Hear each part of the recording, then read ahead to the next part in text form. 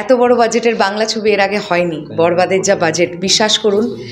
বরবাদের দুজন মেকার আমাদের সামনে বসে আছেন এবং অদ্ভুত ব্যাপার দেখুন, দুজন দুজনের সঙ্গে এখন এত সুন্দর করে কথা বলছে, তো হেসে হেসে হেসে হেসে কথা বলছে না, এক্ষুনি ঝগড়া করবে।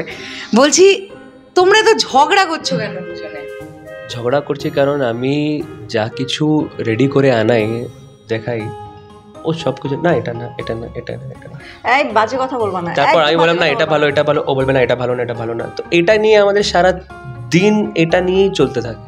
এক্ষুনি যে ঝগড়াটা করছিলে কি নিয়ে করছিলে? এক্ষুনি ও খাবার অর্ডার করছিল, বললাম কি এই খাবার ডেলি ডেলি খেয়ে কি হবে? আমার পেট খারাপ হলে আমার হবে, ওর তো হবে না। তো ওর প্রবলেমটা কোথায়?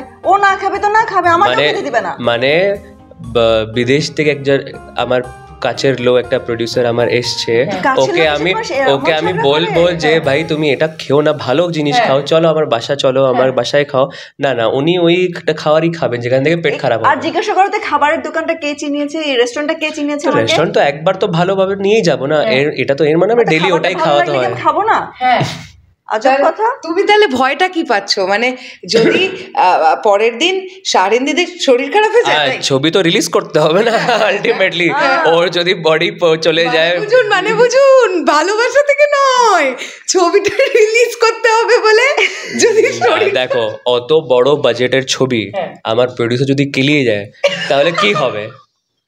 এটা তো হবে না, না মানে আমাকে তো অ্যাটলিস্ট ঈদ অব্দি তো ওনাকে সুস্থ থাকতে হবে।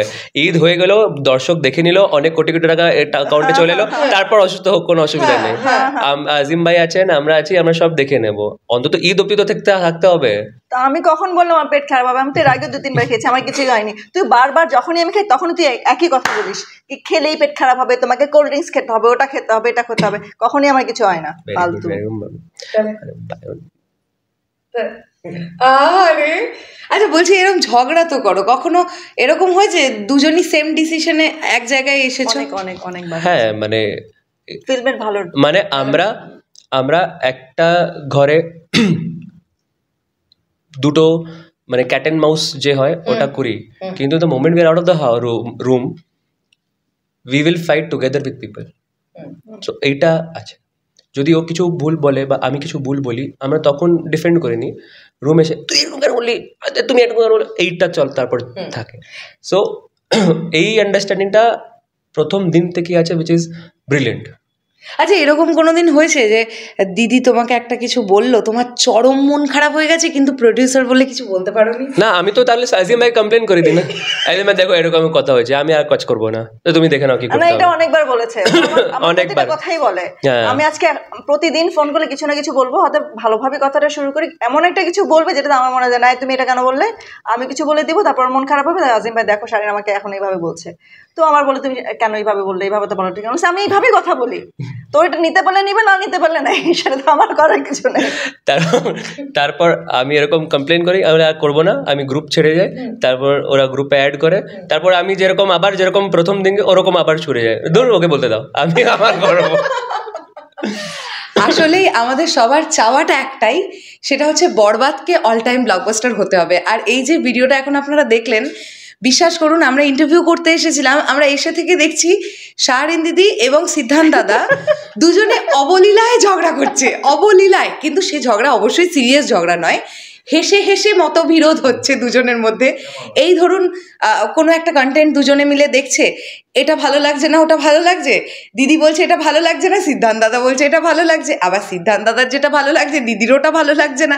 কিন্তু আমি একটা জিনিস ফিল করলাম, দিনের শেষে এসে এই দুটো মানুষের এত সুন্দর একটা বন্ডিং তৈরি হয়েছে, দুজনেই দুজনের অনেক ভালো চায় এবং দুজনেই বরবাদ সিনেমাটার অনেক ভালো চায়, এটাই কমন ব্যাপার। আর এই দুজন মানুষেরই একটা করে স্পেশাল ইন্টারভিউ আসবে আমাদের তরফ থেকে, সেটা আপনারা দেখুন, আমার মনে হয় আপনারা অনেক কিছু জানতে পারবেন। আর চলে যাওয়ার আগে এটাই বলবো, রিয়েল এনার্জি প্রোডাকশন, সকলের চোখ রাখুন, সব কন্টেন্ট ওখানে আসবে, তার সঙ্গে সঙ্গে ঋদ্ধি সিদ্ধি এন্টারটেনমেন্ট।